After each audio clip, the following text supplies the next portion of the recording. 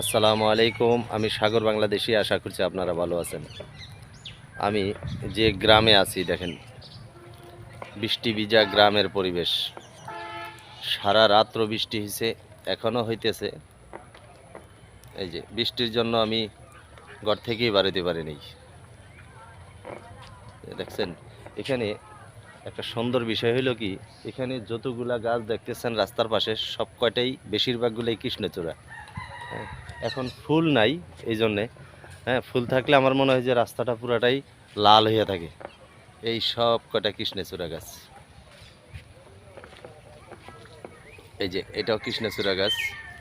ওই পাশে, এই বাম পাশে একটা আছে, ডান দিকে দুইটা আছে, আর এদিকে তো সব কটাই কৃষ্ণচূড়া গাছ।